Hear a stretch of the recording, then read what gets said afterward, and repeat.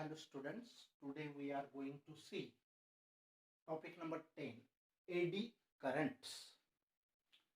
What is the meaning of AD? AD means whirlpool, or in water sometimes the holes are created like this.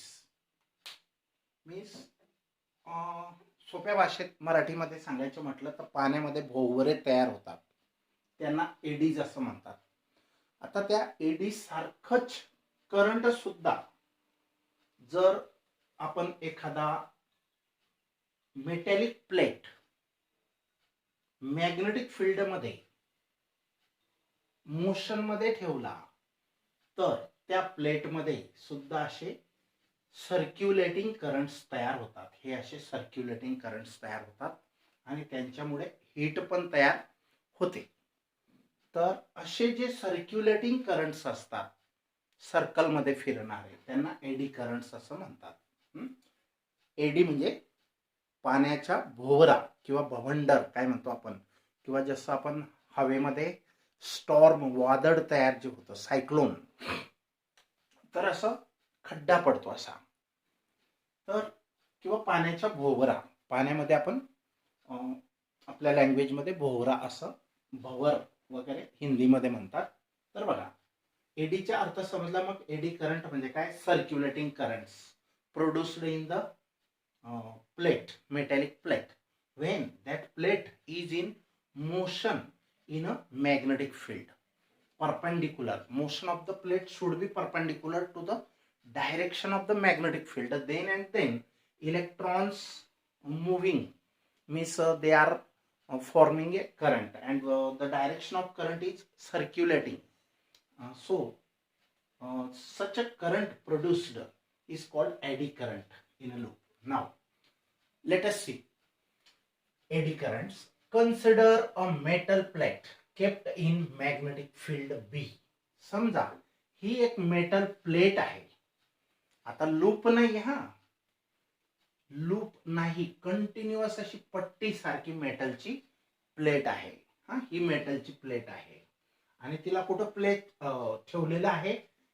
Kept in magnetic field. He magnetic field आहे. Dotted lines मध्ये जे आहे plus mark, हे sign जे दिलेले आहे magnetic field into the paper, म्हणजे याची डायरेक्शन कशी आहे? अशी आहे. आणि आता सपोज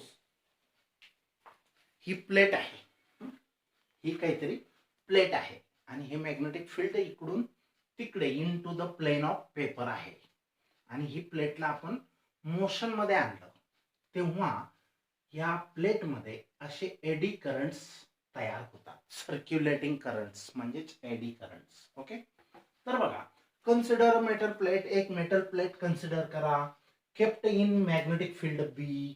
तिला मॅग्नेटिक फील्ड मध्ये ठेवलं आहे. कसं ठेवलं आहे समजलं की नाही? मग तर प्लेट या प्लेन मध्ये असेल आणि मॅग्नेटिक फील्ड त्याला क्रॉस करेल म्हणजे परपेंडिक्युलर असेल असं ठेवलेलं आहे.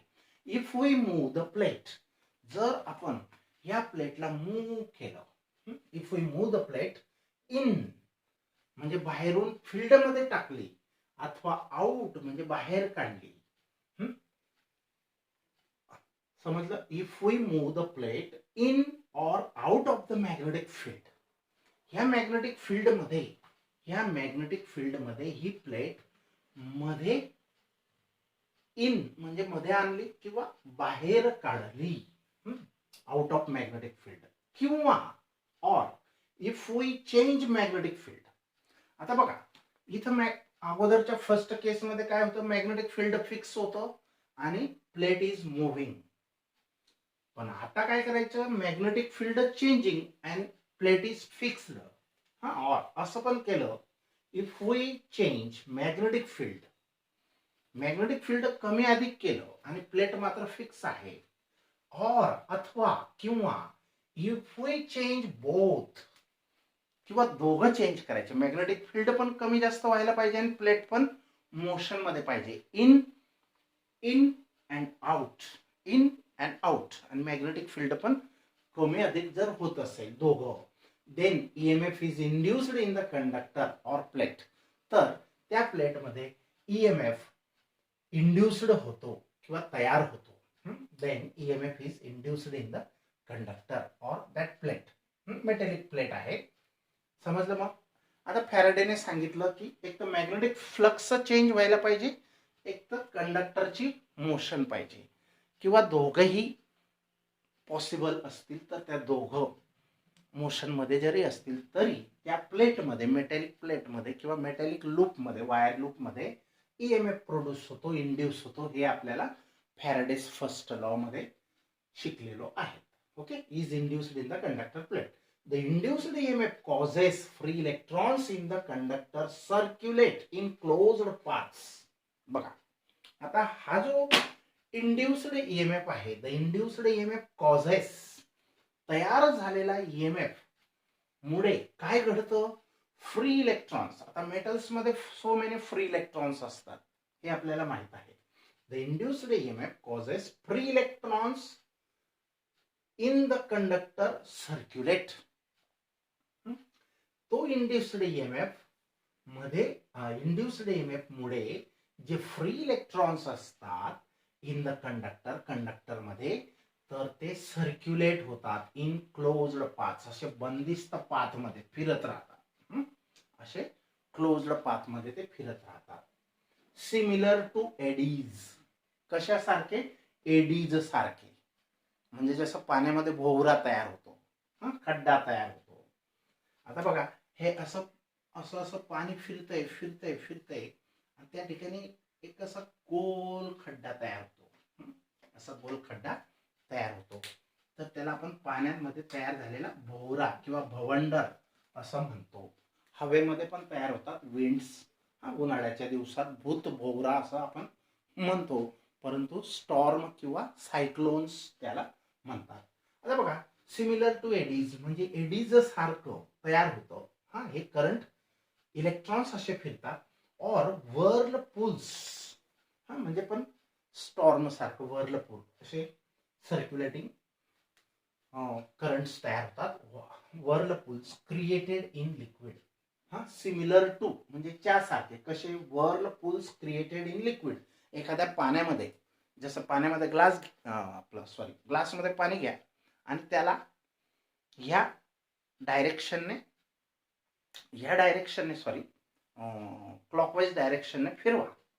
पाण्याला, ग्लासमधल्या पाण्याला क्लॉकवाईज डायरेक्शनने असं फिरवा, तर असा सेंटरला एक खड्डा तयार होतो, व्हॅली सारखा. त्याला आपण हे म्हणतो व्हर्लपूल्स किंवा एडीज म्हटलं तरी चालेल. तर सच इंड्युस्ड करंट, असा जो इंड्युस्ड करंट आहे आणि ते सर्क्युलेटिंग आहे, is called an eddy current. त्याला एडी करंट असे म्हणतात. बघा, हे eddy current. What are eddy currents? त्या क्वेश्चनचं आन्सर इतकं झालं. समजलं मग एडी करंट्स केव्हा तयार होतात? Metal plate kept in magnetic field B.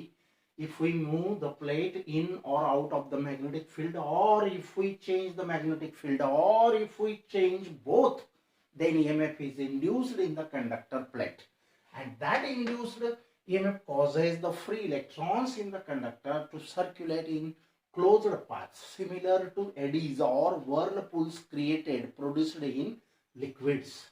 Such an induced current is called an eddy current. Or this fact is discovered by scientist Foucault. Foucault discovered them first. ही जी गोष्ट आहे, circulating current तयार होतात, ते काही दिसत नाही, परंतु एक प्रॅक्टिकली प्रूव्ह केलं फोकॉल्ट सायंटिस्टने first time. And hence they are also called as Foucault current, आणि म्हणून त्यांना फोकॉल्ट करंट असेही म्हणतात. एडी करंट्सला दुसरं नाव आहे Foucault current. Okay. The induced current in the conductor plate is responsible for transfer of the mechanical energy into heat energy. बघा, हे सेंटेन्स काय सांगतं? जे तयार झालेलं करंट आहे in the conductor, the induced current in the conductor plate is responsible. ते current हे जबाबदार आहे किंवा त्याच्यामुळे घडतंय काय? For transfer of the mechanical energy into heat energy. Mechanical energy आता इथं कुठं आली? आपण प्लेटला इन आउट अशा मोशन मध्ये आणलं म्हणजे मेकॅनिकल एनर्जी. तर त्या मेकॅनिकल एनर्जीचं कन्व्हर्शन हीट एनर्जी मध्ये होतं due to circulating currents. The dissipation of heat energy is more in figure A. आता ही जी फिगर ए आहे, ही फिगर, ह्याच्यामध्ये डिसिपेशन ऑफ हीट जी आहे, म्हणजे जी हीट प्रोड्यूस होते, तर तिथं जास्त आहे. इन फिगर ए मध्ये dissipation of heat is more, म्हणजे काय, हीट जास्त खर्च होते. वेअर अ कंडक्टिंग प्लेट, की जिथं conducting plate free to rotate about pivot like pendulum through field. कोणापेक्षा, वेअर अ कंडक्टिंग प्लेट, हीच प्लेट, ही प्लेट आहे, तीच प्लेट आपण इथं घेतली. फील्ड हे असं आहे आणि त्या फील्ड मध्ये ही प्लेट अशी या फील्ड मध्ये पेंडुलम सारखी रोटेट केली. ह्या अबाउट धिस पॉइंट पायवोट केली. पायवोट करणे म्हणजे काय, असं असं फिक्स करून ती फिरती राहील मॅग्नेटिक फील्ड मध्ये.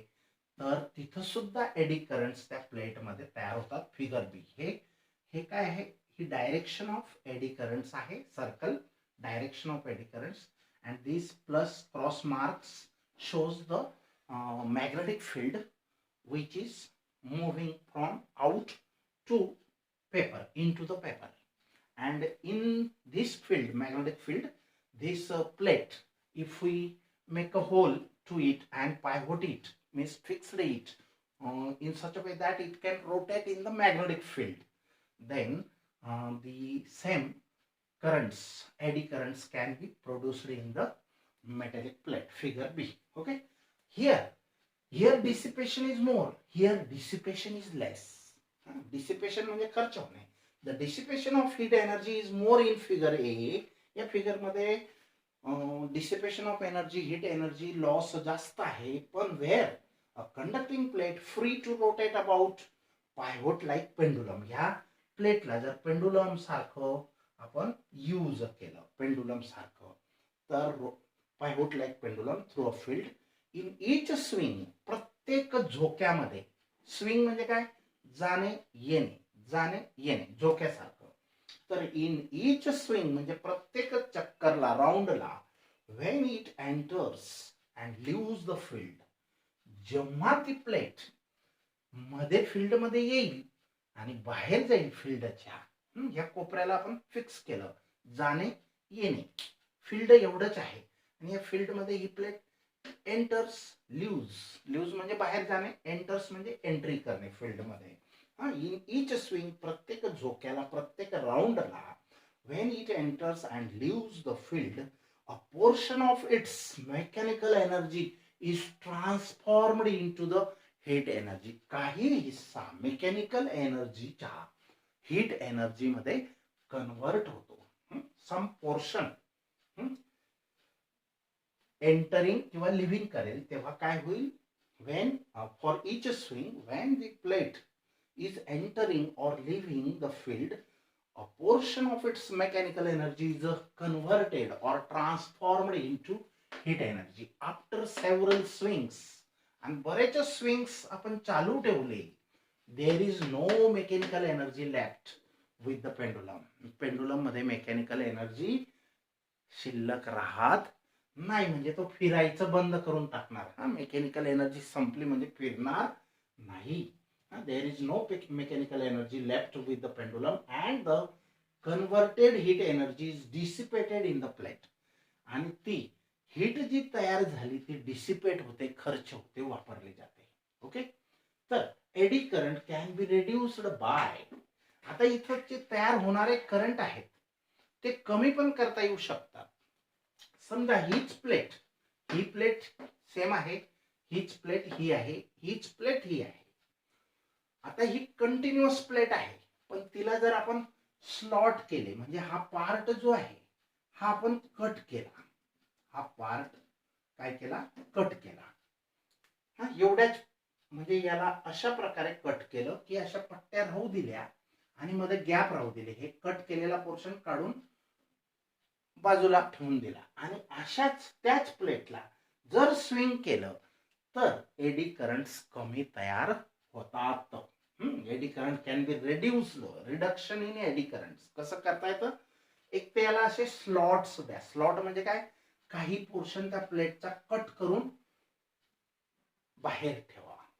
हे असे, किंवा इथं असे सर्क्युलर स्लॉट्स जरी दिले, होल पाडले आपण आणि ते मटेरियल आपण काढून फेकून दिलं बाजूला, आणि अशी प्लेट की जिच्यामध्ये असे खड्डे खड्डे म्हणजे होल होल आहेत, छिद्र आहेत, अशा प्लेटला जर मॅग्नेटिक फील्ड मध्ये या पॉइंटच्या अराउंड पायवोट करून मॅग्नेटिक फील्ड मध्ये आपण मोशन पेंडुलम सारखं तिला ऑसिलेट केलं तर मात्र एडी करंट्स हे कमी करता येतात.